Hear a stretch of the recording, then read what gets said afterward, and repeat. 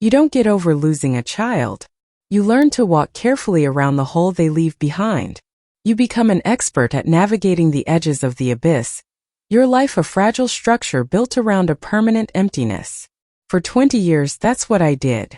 I became a cartographer of grief, mapping the same desolate route every Sunday, from my front door to Riverside Cemetery, to the plot beneath the old oak tree where my son was buried.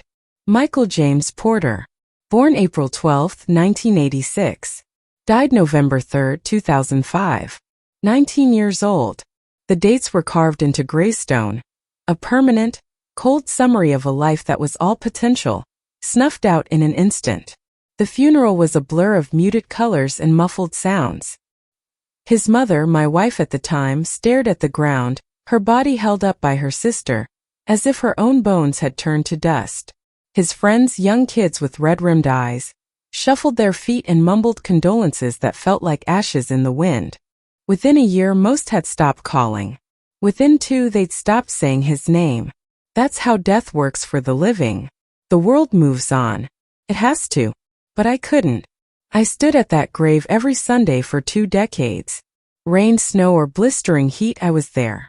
I'd bring flowers and talk to him, telling him about my week, my worries, the small, stupid details of a life he was no longer part of. His mother moved on, she had to, she said. We divorced 3 years after he died. Grief had picked our marriage clean, leaving only a hollow, brittle shell. She remarried, had another child, built a new life. I built a shrine. I kept his room exactly as he left it. His clothes hung in the closet, his books sat on the shelf, a fossilized capsule of a boy on the cusp of manhood. And I kept his phone number in my contacts. Deleting it felt like a second death, an erasure. I paid the $30 bill for the disconnected line every month for 19 years. A small, irrational tithe to the memory of his voice. I'd call it sometimes just to hear the recorded message. The number you have dialed is no longer in service. It was a ritual of pain, a confirmation of the finality I both accepted and raged against. The call that shattered my reality came at 2:47 a.m. on September 14th. The sound jolted me from a thin, troubled sleep. I fumbled for the phone on my nightstand, my heart already thudding with the irrational hope that always accompanies a late-night ring. But when I looked at the screen, the world stopped. His name glowed in the dark. His contact photo, a picture from his 18th birthday, smiling so vibrantly alive, stared back at me. My blood turned to ice. This wasn't just a wrong number. It was his number. The one I'd been paying for. The one that had been disconnected for 19 years. It rang 4 times 5. My thumb hovered over the answer button, trembling violently. Was this a dream? A cruel prank? A final devastating breakdown of my mind after 20 years of sorrow? On the 6th ring, a desperate, broken part of me won. I pressed answer and lifted the phone to my ear. For 3 seconds there was nothing but dead air. A hollow silence that seemed to suck all the sound from the room. Then I heard breathing. Slow, steady, human. My throat sealed shut. I tried to speak, but no sound came out. Then a voice. Quiet, confused, and laced with a terror that reached through the phone and seized my heart. Dad. It was him. I knew his voice as I knew my own.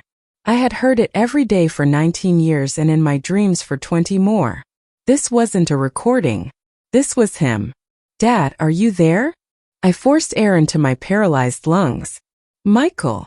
I whispered, my voice a stranger's. A long silence then. Yeah, it's me. A shaky breath. Dad, where am I? The question was so nonsensical, so utterly lost, it short-circuited my brain. What do you mean? Where are you calling from? His breathing hitched, turning panicked. I don't know. I don't know where I am. Nothing makes sense. Dad, something's wrong. Everything feels wrong. I stood up, turning on the lamp, the light feeling alien and intrusive. My son was dead. I had buried him. I had watched the earth swallow his casket. This was impossible. Michael, what's going on? Where have you been? The questions were absurd, but they were all I had. He made a sound, a half-sob. I remember the accident. I remember the truck hitting me. I remember dying. I felt it, Dad. I died. But then I woke up, and everything was different. I look different. I feel different. I'm in some place I don't recognize. And people walk right past me like I'm not even here. My legs gave out. I sat hard on the edge of the bed, the world tilting on its axis. He remembered dying. He knew. Are you hurt? I asked, the question pathetic and inadequate. No, he said, his voice small. I'm not hurt, but I'm scared.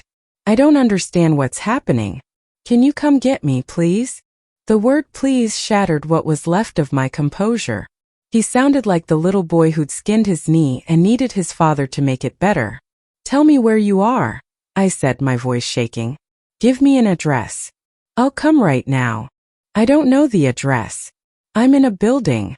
It's dark. There are apartments. I'll try to find something with an address on it. I heard movement through the phone, footsteps, the sound of a door opening. Then a click. The line went dead. Silence.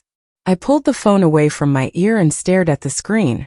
The call timer read 9 minutes and 43 seconds. With trembling fingers, I immediately hit redial. The number you have dialed is no longer in service. I tried again. And again. 15 times the same robotic message. My dead son had called me, terrified and lost, and then he was gone. I didn't sleep the rest of that night. I sat in the dark, clutching my phone, the ghost of his voice echoing in the silence, a siren song from beyond the grave. The next morning I drove to the cemetery. I needed the cold, hard proof of granite and packed earth. The fog clung to the headstones like ghostly shrouds as I walked to the familiar oak tree. The grave was undisturbed. The stone was solid. The flowers I'd left 3 days earlier were still fresh. I knelt, my hand pressing into the cold, dewy grass. Michael, I whispered to the ground. Are you down there? The question was a madness. Of course he was. I had seen him buried. But the call was real. When I checked my phone, the evidence was there in the call log. A screenshot wasn't proof for anyone else, but it was proof I wasn't completely insane. For 3 days, I was a prisoner in my own home, my phone a live wire in my hand. I didn't eat. I didn't sleep.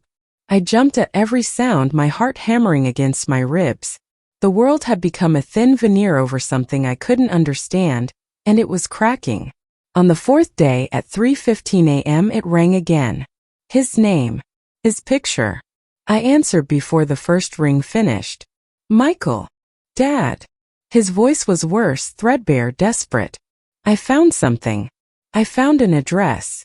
I scrambled for a pen and paper. Where? What is it? He read it slowly, carefully. 4247 Riverside Avenue, Apartment 8. Moorfield, West Virginia. I wrote it down, my handwriting a frantic scrawl. That's 2 states away. What are you doing there? A broken, hollow laugh. I don't know. I don't know how I got here. But Dad, something's really wrong. I went outside today and people looked right through me. A woman walked into me. Actually into me like I wasn't solid. I think I'm dead. I think I'm a ghost or something. You're not a ghost, I said, the statement feeling ludicrous. You're talking to me. Ghosts can't use phones. Then what am I? He cried, his voice cracking. I look in mirrors and I see someone older. A face that's almost mine but not quite. I'm so confused. I'm so tired. Can you please come get me? I don't want to be here anymore. I'm coming, I said, the decision solidifying into a mission. Stay where you are. I'll be there in 8 hours. Can you wait 8 hours? A silence, then a whisper. I'll try. Dad, I'm scared. I know, I said, my own fear a cold stone in my gut. I'm scared too. But I'm coming. I promise. The line went dead. This time I didn't bother calling back. Instead I moved. I threw clothes into a bag, my hands moving on autopilot. Before I left, I called the phone company.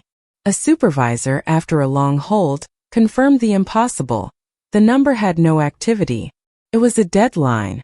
When he gently suggested I speak to a grief counselor, I hung up. I was done with rational explanations. Rationality had died 20 years ago in a hospital room. I took more screenshots, recorded a video for evidence, And then I got in my car and pointed it toward West Virginia. The 8-hour drive was a surreal tunnel. I drove fueled by coffee and a desperate, clawing hope that felt like a physical pain. What would I find? An empty field? A cruel joke? Or my son somehow someway alive? The GPS led me to a decaying red brick apartment building, its windows boarded up, a condemned sign hanging crookedly on a chain-link fence. My heart plummeted. This was it. This abandoned ruin was where my son was calling from? I slipped through a hole in the fence and found a side door with a broken lock. The interior was a tomb of decay. Peeling wallpaper, the stench of mold and rot, graffiti scarring the walls.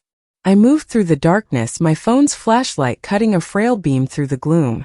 Apartment after apartment stood open, empty, filled with trash and the ghosts of squatters. Then I reached the 3rd floor. Apartment 8. Unlike every other door, it was closed. The brass number 8 was polished clean. I turned the handle. It wasn't locked. The door swung open silently, and I stopped breathing. The apartment was pristine. While the rest of the building was a corpse, this unit was alive. The walls were a soft, clean blue.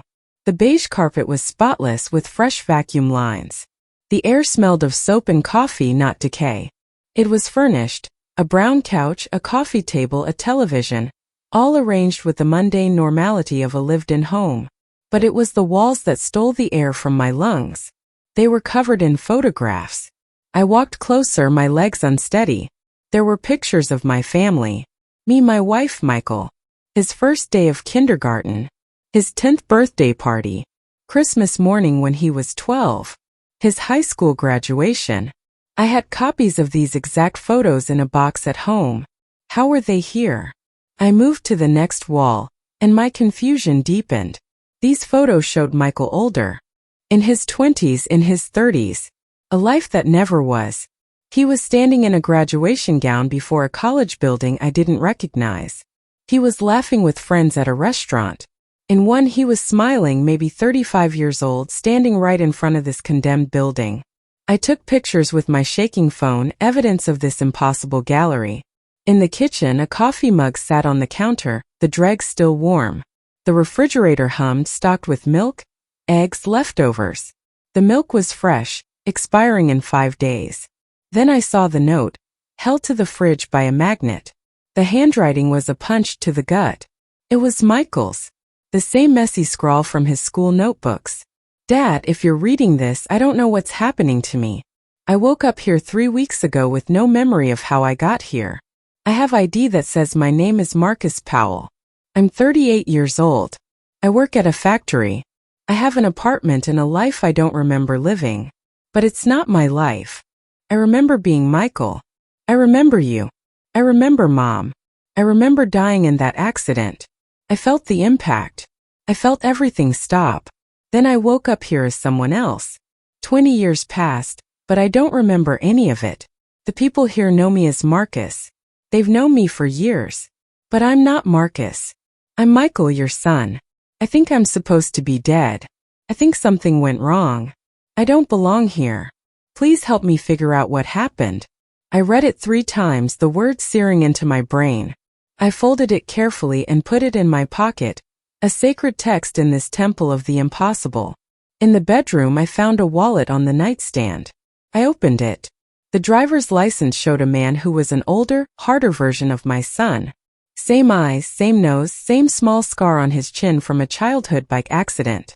The name on the license read, Marcus James Powell. Date of birth, April 12, 1986. Michael's birthday. I sat on the bed, my strength gone. My son had been living here, under a different name, for years. I spent the night there, surrounded by the artifacts of this stolen life. I found bills, pay stubs from Moorfield Manufacturing, a signed lease. And then I found the medical records. A file from a neurologist, Dr. Sarah Chun. According to the documents, Marcus Powell had been admitted to County General Hospital on November 3, 2005. The same night, the same hospital.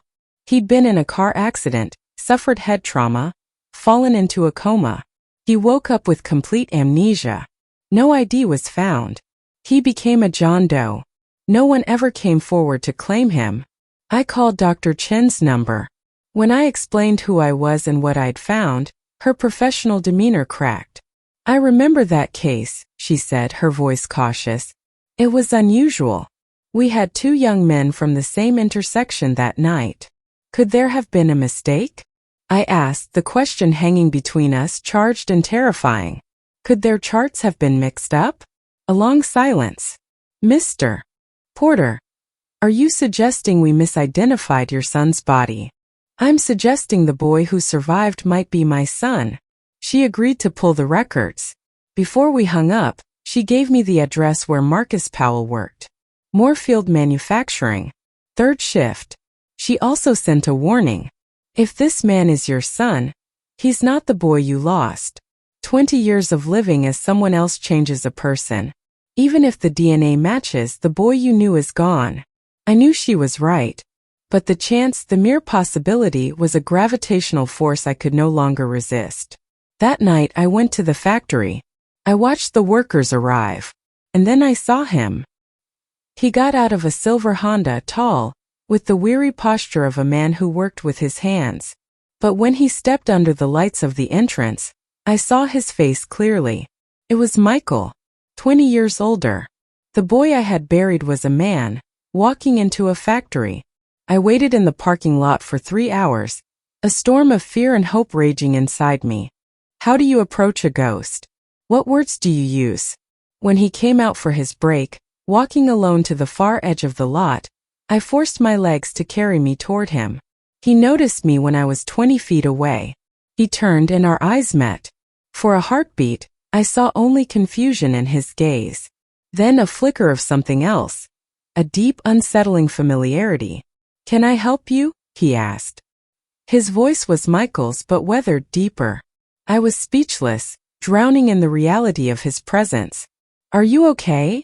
He asked, taking a step closer. You look like you've seen a ghost. The irony was a physical blow. I'm sorry, I managed to choke out. You look like someone I used to know. He studied my face, his own expression growing troubled. That's weird. You look familiar too. Have we met before? I don't think so. I'm not from around here. I moved closer, close enough to see the faint scar on his chin. My heart clenched. What's your name? I asked. Marcus, he said. Then a hesitation. Marcus Powell. You. John, I lied. John Williams. He nodded slowly, but his eyes never left my face. This is going to sound crazy, he said, but I feel like I know you, like I've seen you before. In a dream or something. Maybe, I whispered. He laughed nervously. Sorry. I've had weird dreams lately. Really vivid ones. About a life I don't remember living. He rubbed his face, a gesture of profound tiredness. My therapist says it's my brain trying to fill the gaps from my amnesia.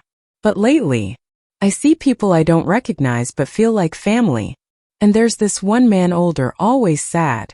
I think he's supposed to be my father. What does he look like? I asked, my voice tight. The father. Marcus looked at me, his eyes narrowing slightly, searching mine. Like you, he said quietly. He looks exactly like you. The space between us crackled with unspoken truth. He took a step closer. Who are you really? He asked. Why do I feel like I know you? I lost someone a long time ago, I said, the half-truth tasting like ash. Someone who looked like you. Wait, he said as I turned to leave. What was his name? The person you lost. I looked back at him, at my son's face. Michael, I said. His name was Michael.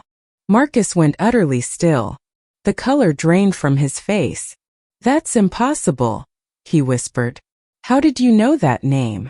He pulled out his phone with trembling hands. I woke up 3 weeks ago and found this in my notes app. I don't remember writing it. He turned the screen toward me. It was filled with 3 words, written over and over in a frantic digital scrawl. I am Michael. I am Michael. I am Michael. I thought I was losing my mind, he said, his voice cracking. And you just said that name. A stranger just said the name from my dreams. How is that possible? This was the moment. I pulled the DNA test kit from my pocket. I need you to trust me, I said. Will you let me take a DNA sample? A cheek swab. It'll take 10 seconds. Why? He asked, his eyes wide with fear and confusion. What's going on? I looked into the eyes of my son. Because I think you're my son, I said, the words finally terrifyingly free. I think you're Michael. And I think you've been alive this whole time. He stared at me, his expression a battlefield of emotions. Your son is dead, he stated, his voice flat. You said you lost him. I buried him 20 years ago, I said, tears streaming freely down my face. But 3 weeks ago he called me. He gave me your address. I found your apartment. I found the note you left. Something happened that night, Marcus. Something no one understood. He pressed his knuckles to his lips, his body trembling. I died, he whispered. In my dreams I remember dying. I remember everything going dark. So do I said. I remember every second.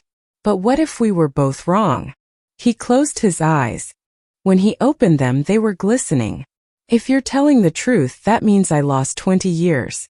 A life I should have had. His voice broke. How do I come back from that? We figure it out together, I said, holding out the kit. Please. Let's find out the truth.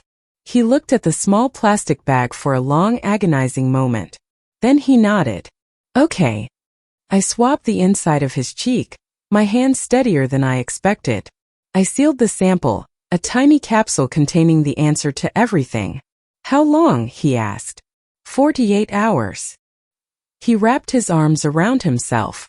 What do I do until then? How do I act normal? I gave him my real number. Whatever feels right, I said when he asked what to call me. John or David or nothing at all until we know. He saved it as John. Then he looked at me, his expression raw with the pain I could barely comprehend. I need to tell you something, he said. If the test comes back positive, if I really am your son, I don't remember being him. I've lived as Marcus Powell for 20 years. That's the only life I know. Even if the DNA says I'm Michael Porter, I don't know if I can become him again. I don't know if that person even exists anymore. The words were a spear through my heart, but they were the truth. The boy I longed for was a memory. The man before me was a reality. I understand, I said, my voice thick. I just need to know the truth. Whatever happens after, we'll deal with it. He nodded. Then he reached out and touched my shoulder. A brief, hesitant contact that sent a jolt through my entire system. I'm sorry, he said, for what you've been through. For what you lost. Whether I'm him or not, I'm sorry. Then he turned and walked back to the factory, leaving me standing alone under the vast, indifferent sky, holding the fragile hope of a future I never thought I'd have.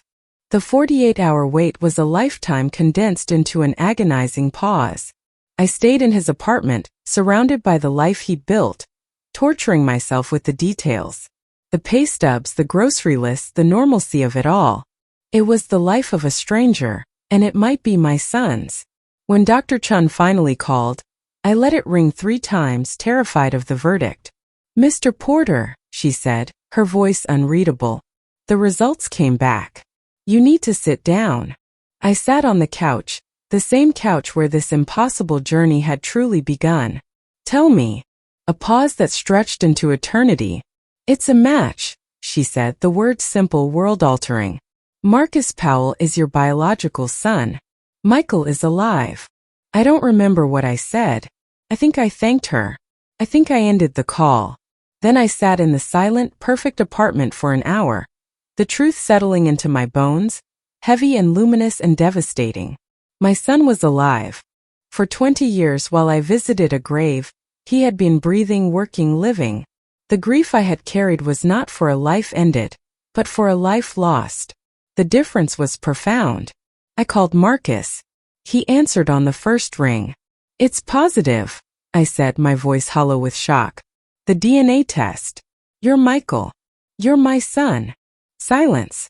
Then from the other end of the line, I heard the sound of a soul breaking. Deep, ragged sobs that echoed my own 2 decades of sorrow. I don't know what to do, he cried. I don't know how to be him. I don't remember him. We stayed on the phone, crying together, 2 men connected by biology and shattered by time. We met at the diner. When he walked in, we simply stared at each other, the chasm of 20 years between us. He sat down, and the conversation was halting, painful, and beautiful. I told him stories of his childhood, his life, watching for any spark of recognition. Sometimes it was there. A flicker in his eyes at the mention of a favorite toy, a faint smile at a remembered vacation.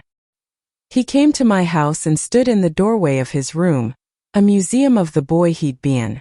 It feels like someone else's life, he said softly, and I knew he was right. We contacted the cemetery. The body in Michael's grave was exhumed and identified as a John Doe, a 19-year-old runaway named Christopher Hayes with no one to miss him. We gave him a grave with his real name, a small act of closure for a life tangled in our tragedy. The calls from his old number never came again. Whatever cosmic wire had been crossed, whatever tear in reality had allowed a dead son to call his father, had been repaired. Its work was done. My son is home. Not the boy I lost, but the man he became. The road ahead is not easy. He is Marcus and he is Michael, 2 people sharing one body, one history he can only know through my stories. We are learning each other. 2 strangers bound by an unbreakable thread of blood and loss, and a second chance that defies all reason. I buried my son 20 years ago. I mourned him. I thought he was gone forever. But he was just lost. And against all odds, against the finality of death and the relentless march of time, I brought him home. The hole in my world is not gone, but it is no longer a grave. It is a foundation slowly, carefully being filled with a new beginning. The first week after the revelation was a delicate, painful dance. We met at the diner every day, sitting in the same booth, as if its vinyl confines could somehow structure the chaos of our situation. I brought a photo album, the physical evidence of the life he'd lost. He handled the pictures with a strange reverence, his fingers tracing the edges of his own smiling, youthful face. I look so young, he murmured, staring at a photo from his 16th birthday, a chocolate cake smeared across his face. I don't feel like him. I feel like I'm looking at a brother I never knew I had. This was the core of the chasm between us. For me, every one of his mannerisms, the way he drummed his fingers on the table, the slight tilt of his head when he was listening, was a cherished echo of the past. For him, they were just habits, meaningless ticks of a body he'd inhabited for 38 years. He told me about Marcus Powell's life. It was a life of quiet struggle. He worked the night shift, saved his money, had a few acquaintances at the factory but no close friends. He'd had a girlfriend for a few years, but it had ended amicably when she wanted to start a family, and he felt a deep, unnameable resistance to the idea of fatherhood. Now he understood why. It was like I was living in a house that was almost a home, he said, stirring his coffee endlessly. The furniture was there, the lights worked, but it was never really mine. I always felt like a tenant. Now I know I was. The anger began to simmer in me then. A slow, hot burn directed at the hospital, at the system, at the universe. They hadn't just taken my son. They had given him a hollow life, a phantom existence where he built an identity on a foundation of amnesia. Michael, I had started forcing myself to call him that in my head, though it still felt strange on my tongue, decided to see a new therapist, one specializing in recovered memories and trauma. Dr. Isla Vance was a severe woman with kind eyes. After their first session, she asked to speak with me. He's experiencing a profound identity dissolution, she explained. The Marcus Powell identity was a survival construct, built to navigate a world where he had no past. Now that construct is crumbling, and the memories of Michael Porter are not rushing in to fill the void. They're trapped behind a wall of trauma. He's not becoming Michael. He's becoming no one. And that is a very dangerous place to be. Her words filled me with a new kind of dread.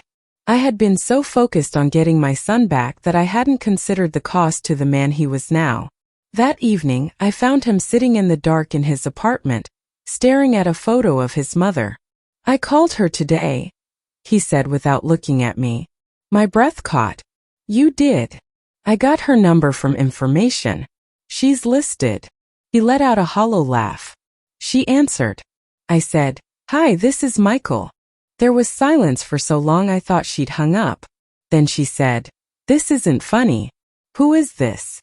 I tried to explain, but she started crying. Not happy tears.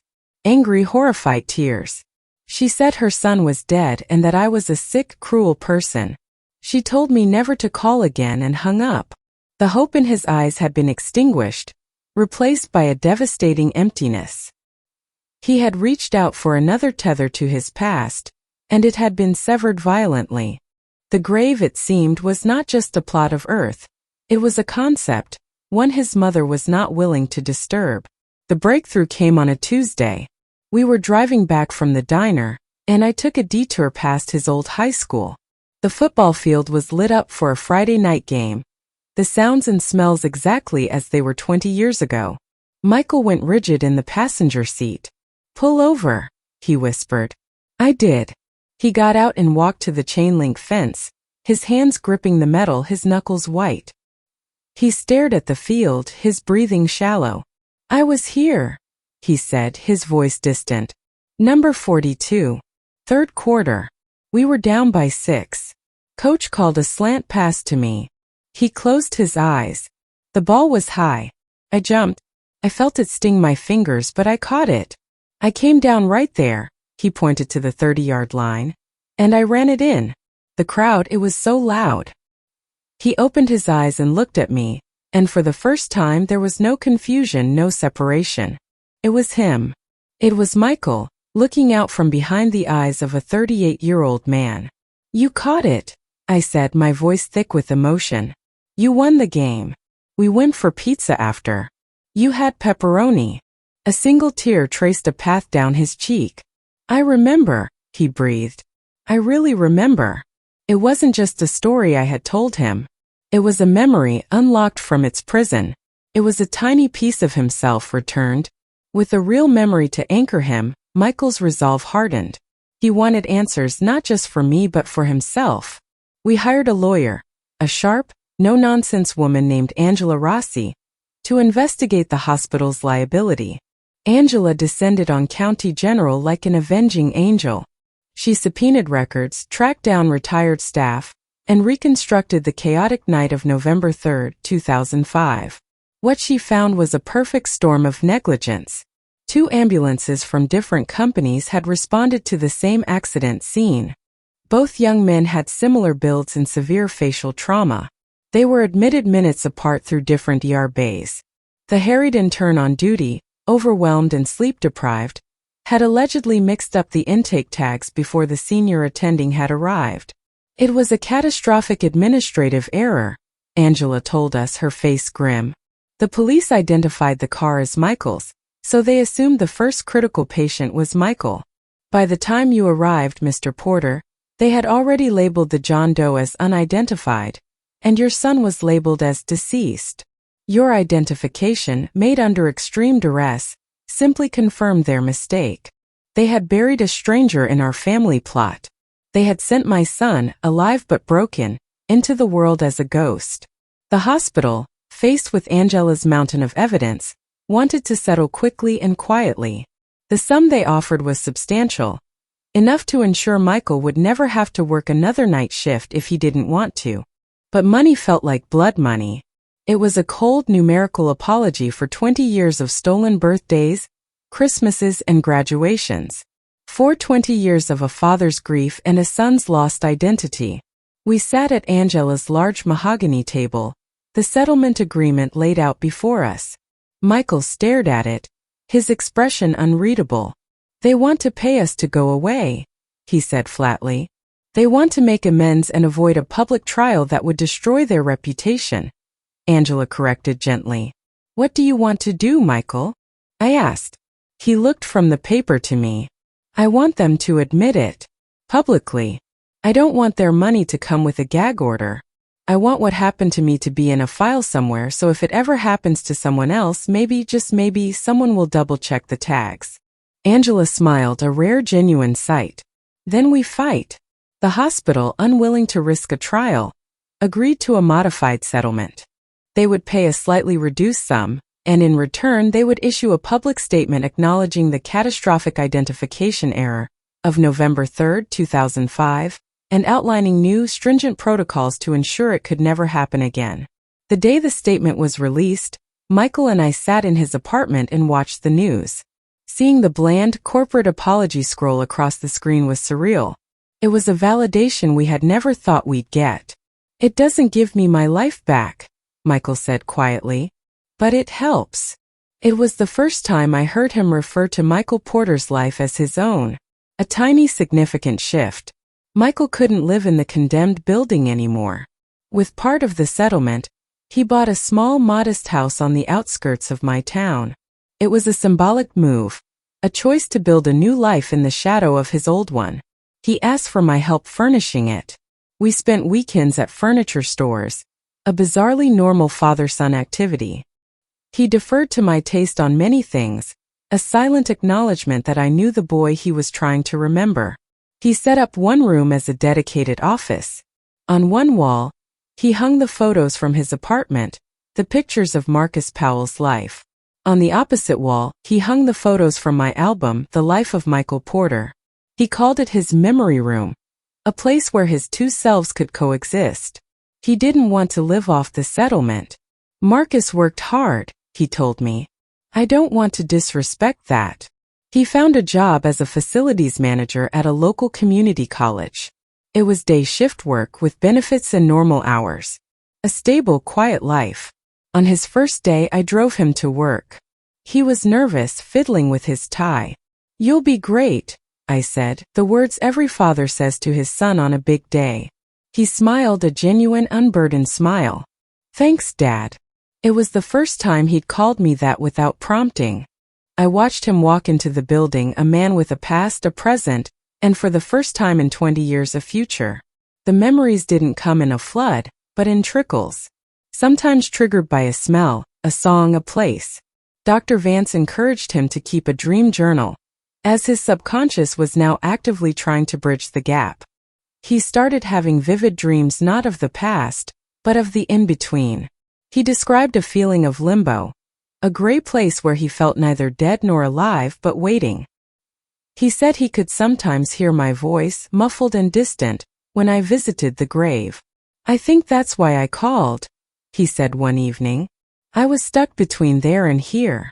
Your voice was the only thing that was real. It was a thread I could follow." The idea that my one-sided conversations at a graveside had been a lifeline was both horrifying and profoundly comforting. We visited Christopher Hayes's new grave together. It was a simple, dignified stone in a different part of the cemetery. We stood in silence for a long time, two people whose lives had been irrevocably changed by the young man buried there. "I'm sorry," Michael whispered to the stone. "I'm sorry you had no one. And I'm sorry you were buried with my name." It was a necessary pilgrimage, an act of closure for the ghost who had taken his place. With his new stability, Michael's curiosity about his identity grew. He signed up for a genealogy website and started building a family tree. It was a way to connect to the Porter name in a tangible way. He discovered a second cousin living just a few towns over. He made contact, and to our surprise, she agreed to meet us. Her name was Sarah, and she was in her 60s. She brought a box of old family photos, including ones of Michael's grandparents that I had never seen. Seeing himself in the context of a larger family, in the features of ancestors he never knew, seemed to ground him. It was another piece of the puzzle, proving he belonged to a history larger than the 20-year gap. The first anniversary of the call arrived. November 3rd had always been a day of mourning. This year it was different. We decided not to visit the cemetery. Instead, we went to his new house and cooked a meal together, something we had never done before. We talked about the past year, the shock, the pain, the slow, hard-won progress. We didn't celebrate, but we acknowledged the day as a rebirth. It was the day he began to find his way back. Michael had always enjoyed working with his hands at the factory. Now, with time and resources, he turned it into a hobby. He set up a woodworking bench in his garage and started making furniture. His first completed project was a beautiful solid oak bookshelf. He gave it to me for Christmas, to replace the one in my old room, he said. That one should stay as it is. This one is for now. It was the most meaningful gift I had ever received. One evening, over a game of chess, he looked at me and asked the question I knew had been coming. Do you think we can ever be normal? Like a regular father and son? I moved my bishop, considering my words. No, I said honestly. I don't. We missed too much. The foundation is cracked. But, I added, looking up at him, we can build something new on top of it. It might be stronger for having been broken. He nodded, a look of acceptance on his face. I can live with that. Spring arrived. I was working in my garden when my phone rang. It wasn't his old number. It was his new one. I answered, smiling. Hey, Dad, he said. His voice was clear, confident. What are you doing for dinner on Sunday? I was thinking I'd cook. I'm trying a new recipe. It was a simple, mundane question. The kind of call a son makes to his father 1,000 times in a lifetime. But for us it was a miracle. It wasn't a cry for help from the darkness. It wasn't a conversation fraught with grief and confusion. It was just a question about dinner. I'd love to, I said, my voice steady. I hung up the phone and looked at the fresh-turned earth in my garden. Life, against all odds, was finding a way to grow again. The story wasn't about a ghost anymore. It was about a man, my son, learning how to live. And for the first time in 20 years, the future didn't feel like a sentence. It felt like a gift.